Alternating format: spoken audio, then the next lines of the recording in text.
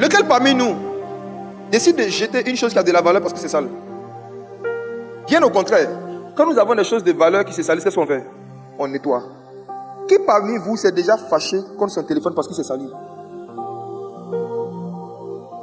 Quand j'étais un enfant dans la foi, je pensais que chaque fois que je désobéissais à Dieu, Dieu était en colère.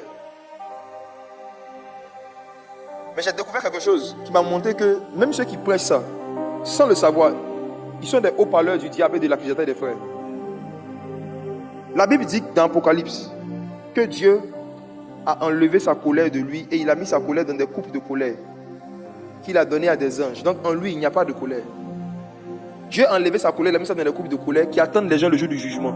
Ça veut dire que la colère de Dieu va se manifester contre les gens qui vont mourir sans se repentir.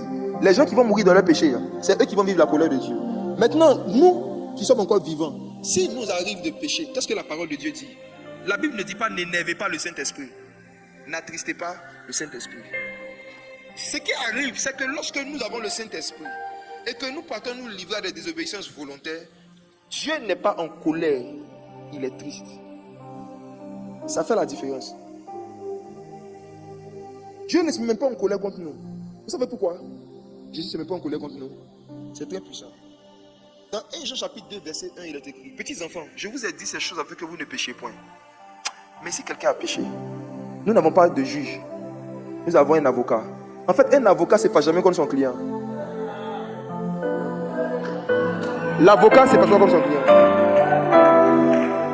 L'avocat fait comprendre au client les conséquences de ses actes. Et s'il a déjà posé les actes, il essaie de diminuer au maximum les sentences. Même l'avocat de Jeffrey Epstein n'était pas fâché contre lui. Regarde, qui est juriste ici? Est-ce que vous avez le droit dans votre métier de vous mettre en colère contre quelqu'un, peu importe ce qu'il a fait, si vous êtes l'avocat? Ce qui s'est passé, c'est que quand Jésus est venu sur la croix, la Bible dit que lui qui n'a point connu le péché, il est devenu déchet. En fait, c'est lui qui est devenu le déchet en question, sur qui Dieu a mis sa colère. La raison pour laquelle Christ a été maltraité, sa barbe a été arrachée, c'est parce que la colère que Dieu doit manifester envers les péchés de tous les pécheurs, là, Dieu a mis ça sur le Christ. En fait, Dieu s'est déjà fâché avant qu'on ne pêche.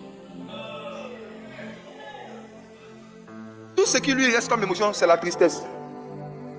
Sa colère, il a déversé ça sur son fils Jésus. Quand on dit qu'il a porté nos péchés sur la croix, ça veut dire que la façon dont on traite un déchet, c'est comme ça exactement que le Père a traité le Fils sur la croix.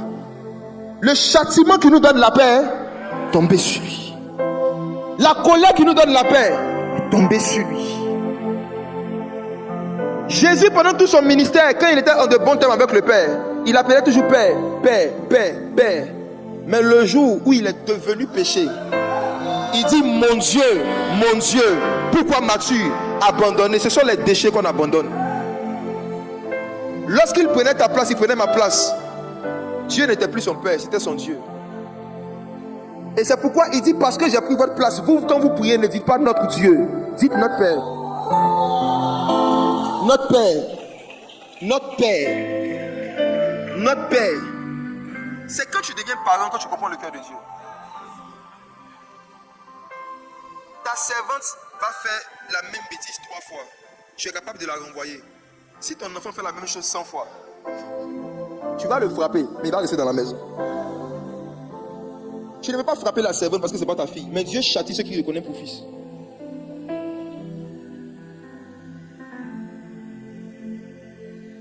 Beaucoup d'entre vous, vos cœurs sont méchants. Vous pensez que Dieu est comme vous. C'est pourquoi quand vous péchez, vous vous traitez comme vous aurez traité un pécheur. Dieu prouve son amour envers nous, Romains chapitre 5. Parce que lorsque nous étions encore pécheurs, Christ est mort pour nous. Dieu a prouvé son amour quand tu étais encore pécheur. Quand tu étais encore un déchet. Quand tu aimais encore le monde. C'est en ce moment-là que Dieu a donné son fils pour toi pour se sacrifier. Maintenant qu'il t'a racheté, tu penses vraiment qu'il va t'abandonner parce que tu as commis des péchés? Quand tu étais plus sale que ce que tu étais aujourd'hui, il allait te chercher dans le monde. Aujourd'hui, tu es dans l'église. Et parce que tu n'as pas fermé la porte de fabrication du péché, tu t'es retrouvé en train de faire le mal que tu ne voulais pas faire. Est-ce que tu penses vraiment que Dieu a décidé de se mettre en colère contre toi? Tu as juste attristé le Saint-Esprit. Tu ne l'as pas énervé. Tu as attristé le Saint-Esprit. Tu as attristé le Saint-Esprit. Tu as attristé le Saint-Esprit. Même l'or, quand l'or tombe dans la boue, sa valeur ne change pas, c'est son utilité qui change. On ne peut pas utiliser de l'or sale. Mais l'or sale a la même valeur que l'or qui est dans une bijouterie. C'est pourquoi faites attention. Il peut arriver, comme ça a été notre cas. Moi j'ai eu la grâce, c'était une grâce que Dieu m'a accordée, d'être dans la foi. J'étais avec un groupe de personnes, comme j'ai dit, avec qui on s'est dit ensemble, on abandonne le monde, on abandonne le rap, on abandonne l'alcool, on va marcher avec Jésus. Sur le chemin, j'ai vu beaucoup de frères tomber à côté de moi dans des choses dans lesquelles moi je n'étais jamais tombé. Au début, je me mettais en colère contre eux, j'ai dit il faut exprès. Quand j'ai commencé à regarder la poubelle de l'humanité, quand j'ai médité sur la croix, quand ma connaissance de la croix a augmenté,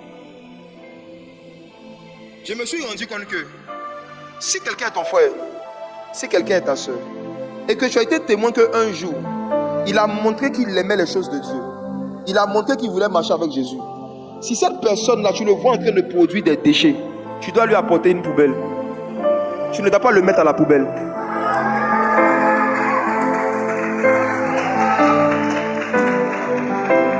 Tu dois lui apporter une poubelle. Quand nous faisons des programmes où des gens vomissent, quand les gens vomissent pendant les délivrances, qu'est-ce qu'on fait? On leur apporte une poubelle, ou bien on les soulève parce qu'ils ont vomi, on les jette à la poubelle. Quand vous faites des délivrances que des gens vomissent sur eux, est-ce que vous prenez les gens avec leur vomi pour les déposer dans la poubelle? Non. On leur apporte une poubelle. La meilleure façon de pouvoir aider les frères et sœurs qui ont rétrogradé à revenir, c'est de leur reprêcher l'œuvre de la croix. C'est tout. Il faut leur représenter la croix. Il faut leur rappeler qu'ils étaient pires que ce qu'ils sont aujourd'hui. Mais Dieu a prouvé son amour envers eux. C'est nous notre amour des hommes qui a des variations. Mais en Dieu, il n'y a ni homme, ni variation. Et souvent, nous prenons nos variations pour les émotions de Dieu. Et on met des gens vivants dans la poubelle parce qu'ils sont sales. Je crois qu'il y a certains prédicateurs qui seraient encore aujourd'hui en train de gagner des âmes, de chasser les démons et d'emmener des âmes à Jésus, si des communautés ne les avaient pas confondues avec leurs erreurs. Si on ne les avait pas pris vivants pour les mettre dans des poubelles, ils allaient être encore en train de respirer. Souvent, ce qui se passe, c'est que les gens se souillent, mais ils respirent encore. Mais l'église les prend, ils disent que comme il est sale, c'est mieux de le mettre dans la poubelle. Donc on ferme la poubelle sur lui et il meurt d'asphyxie, pas de saleté.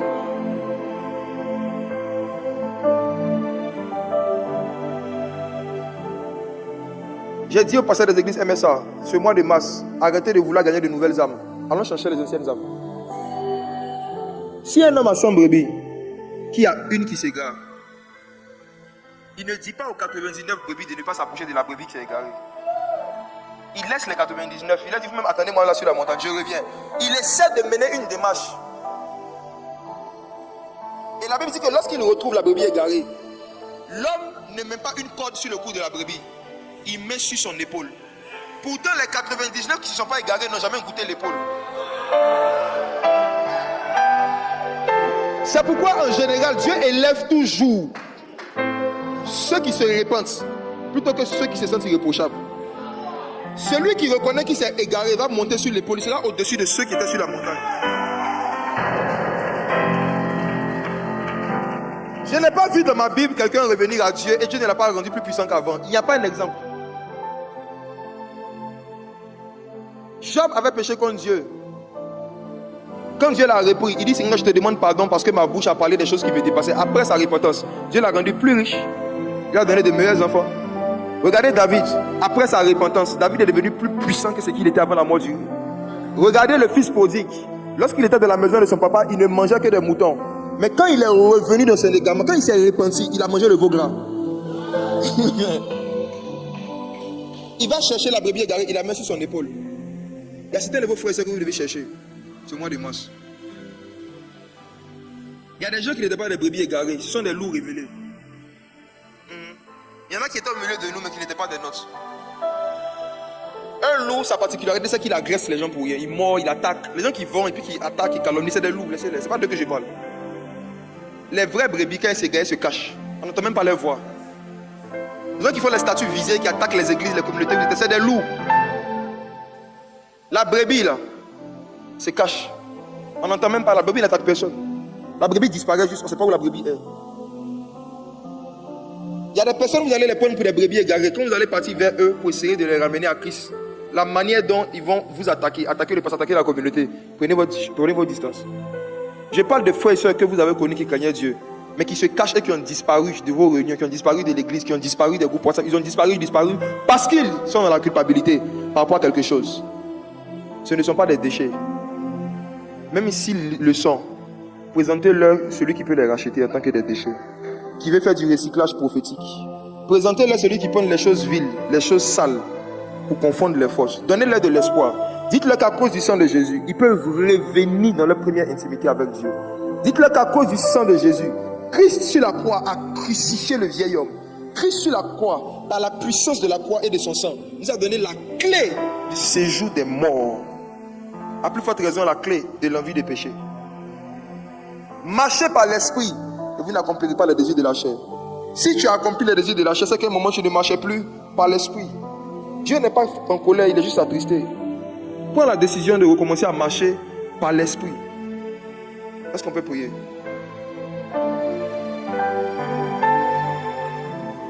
Je veux parler à ceux qui se sentent sales. Toi qui te sens comme un déchet ce matin. Il y a une expérience qui va t'arriver. Est-ce qu'on aura le temps de prier? Je ne sais pas.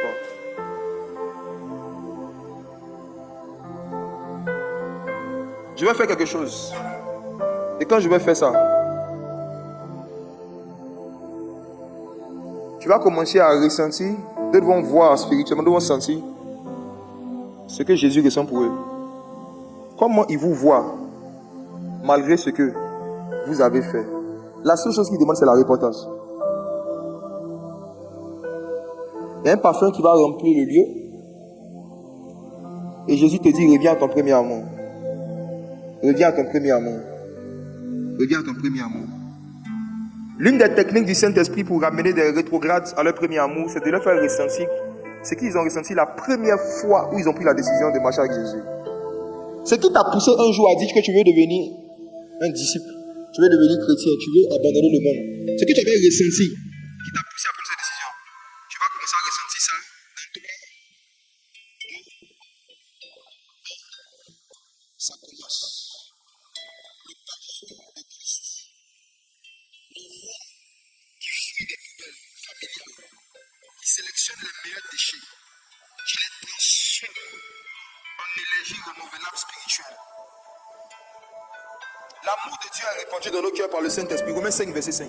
Le Saint-Esprit va commencer à répandre l'amour de Dieu. Pas ton amour pour Dieu, mais l'amour de Dieu. Ce que Dieu lui ressent.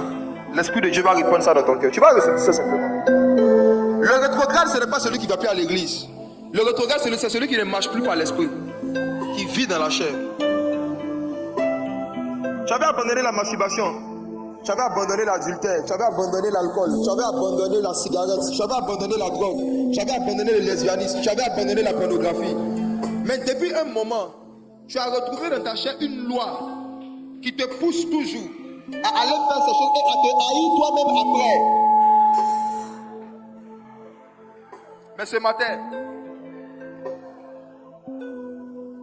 celui qui a créé la plus grosse poubelle de tous les temps, la croix, te dit: tu es chargé et fatigué, viens à moi, viens à moi, viens à moi. Il dit, viens, reviens dans le lieu secret. Il dit, il y a une pièce, il y a une chambre où toi et moi on se parlait. Il y a un endroit quelque part dans ton cœur où tu me rencontrais. Tu te souviens de ces nuits où tu te couchais et on parlait toute la nuit dans ton esprit jusqu'au matin.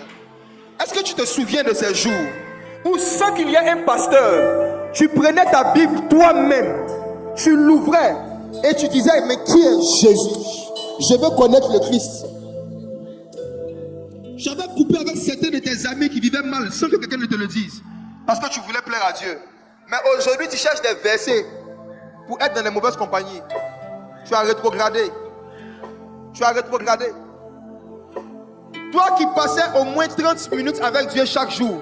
Et aujourd'hui, tu ne passes même pas 10 minutes. Tu as rétrogradé.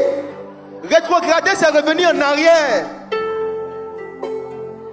La Bible dit que celui qui connaît ce qui est bien et qui ne le fait pas, il commet aussi un péché. Comment tu peux faire un jour sans lire ta Bible après toutes ces années dans la foi? Tu as rétrogradé. Tu te donnes des excuses pour ne plus jeûner. Tu as rétrogradé. Tu regardes de haut ceux qui sont en train de faire le mal.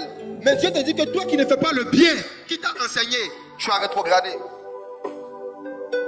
En lui, il n'y a pas de colère vis-à-vis de ses enfants. Il est notre avocat auprès du Père, Jésus. Il est notre avocat auprès du Père. Pas notre accusateur, notre avocat.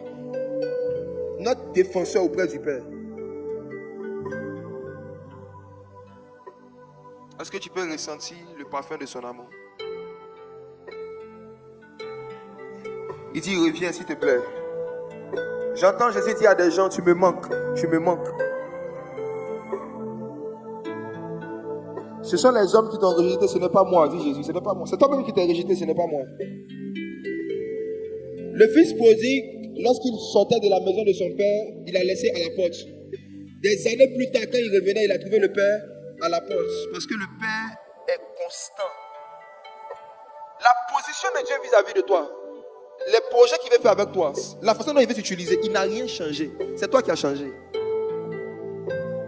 Jésus ne change pas. C'est toi qui découvres en toi une loi, mais lui il te connaissait avant de t'appeler. Dieu ne fait pas de découverte. C'est toi qui te découvres. Il te connaissait depuis le ventre de ta mère. Avant que tu ne sois formé dans le ventre de ta mère, il t'avait appelé prophétesse. Il t'avait appelé prophète. Il t'avait déjà consacré. Avant que tu naisses cette chair, il t'avait consacré. La consécration ne commence pas quand toi tu prends la décision de te consacrer. C'est Dieu qui a pris la décision de te consacrer avant que tu ne sois formé dans le ventre de ta mère.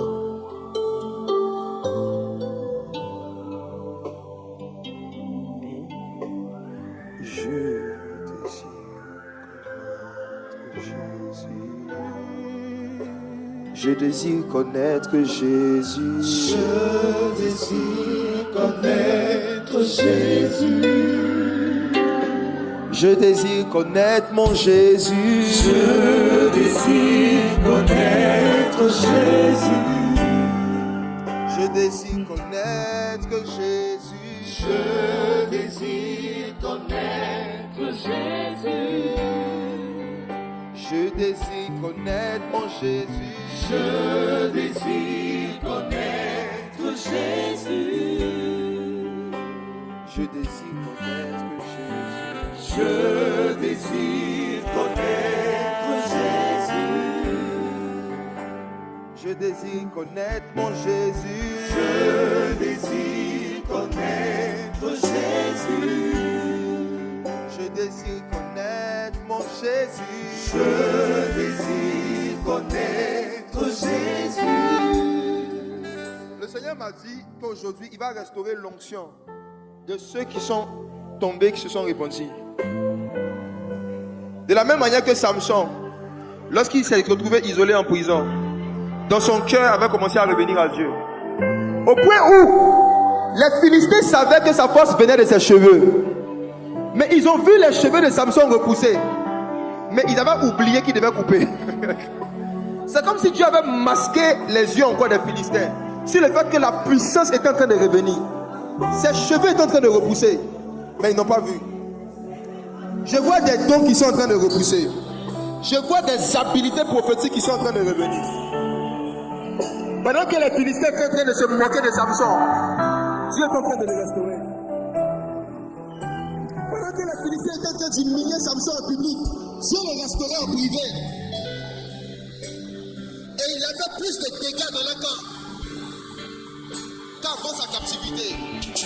Je vois des hommes et des femmes qui vont faire plus de dégâts dans l'évangélisation, qui vont faire plus de dégâts dans le monde des ténèbres qu'avant le jour où ils ont rétrogradé. L'Esprit de Dieu vous ramène dans l'onction. L'Esprit de Dieu vous ramène dans l'onction. L'Esprit de Dieu vous ramène dans l'onction. L'Esprit de Dieu va repousser en vous le don de prophétie, la capacité de voir des visions, les dons d'opérer des miracles. Ces choses repoussent, ça repousse, ça repousse. Ça repousse, ça repousse.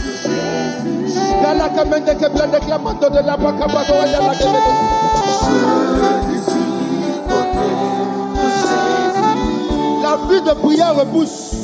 La vie de méditation repousse. Je désire connaître Jésus. La crainte de Dieu est en train de repousser, en train de revenir. Je désire connaître Jésus. Je désire connaître Jésus. Je désire connaître Jésus. Cet esprit, l'esprit de Christ,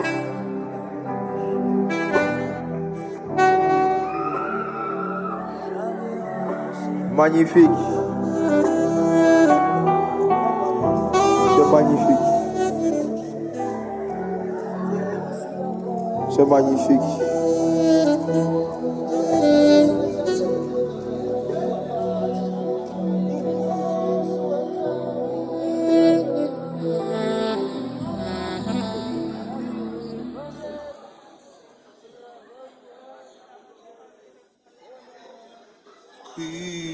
Crucifié, seul abandonné, tu as souffert, méprisé, rejeté, telle une rose, que l'on foule aux pieds. Foulé par nos pieds, tu t'abaissas, pensant à moi, par-dessus tout, crucifié, disons crucifié, seul abandonné,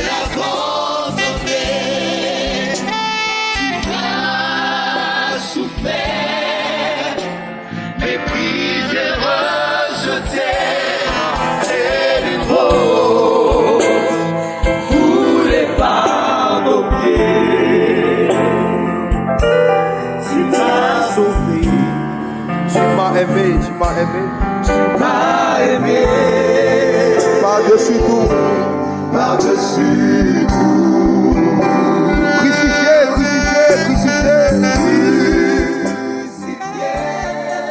seul abandonné, tu t'abaissas, tu as souffert, tu as été méprisé, rejeté, tel une rose, foulé par nos pieds. Tu t'as souffert, ton sang à boire, par-dessus tout.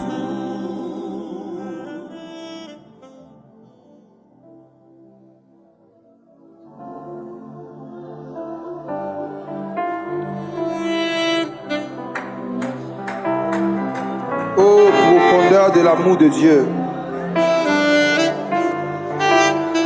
Ô profondeur de l'amour de Dieu.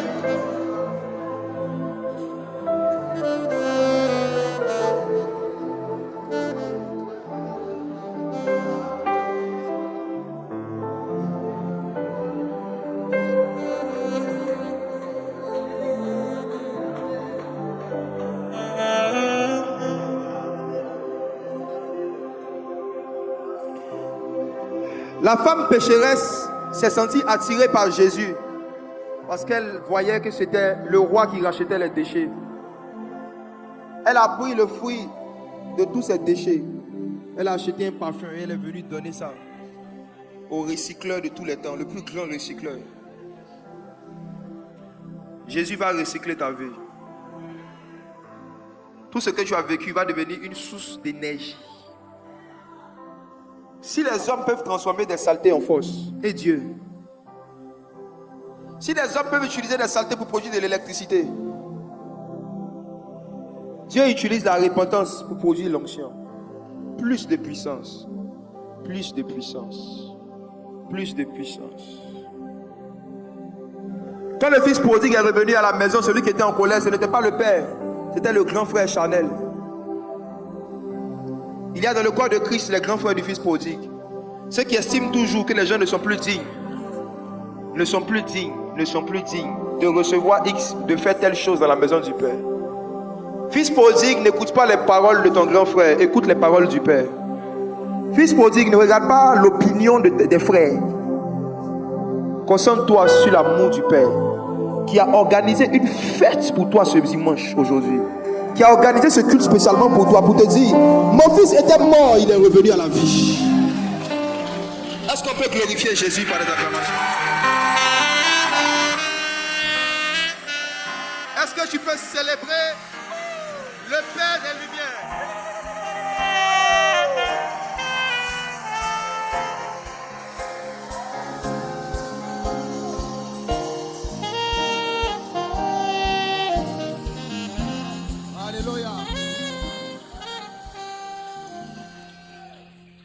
demander à ceux qui doivent faire la Sainte Seine de s'apprêter, s'ils ne sont pas encore prêts.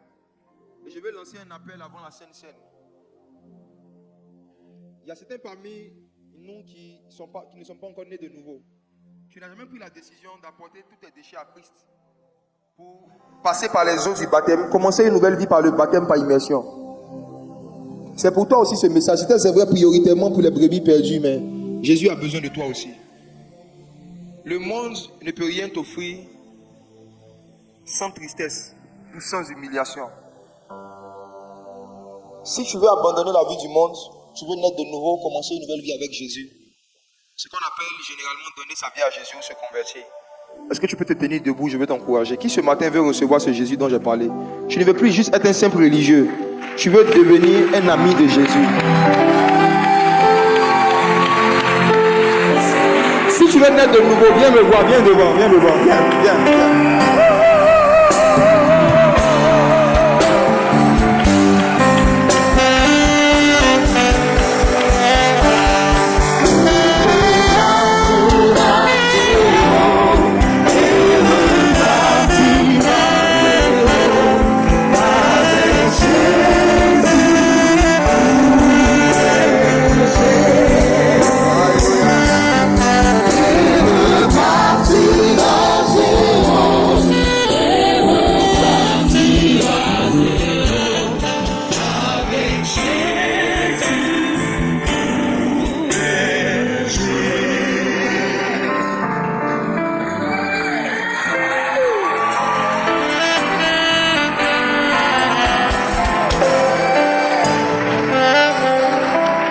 Écoutez ceci.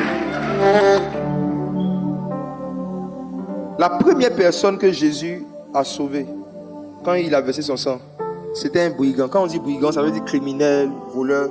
Dieu seul sait le nombre de vies que ce monsieur avait détruites. Mais le jour où il a dit Seigneur Jésus, je crois en toi, le même jour, Jésus lui a dit aujourd'hui, tu seras avec moi au paradis. Je ne sais pas ce que vous avez fait, ce que tu as fait avant aujourd'hui.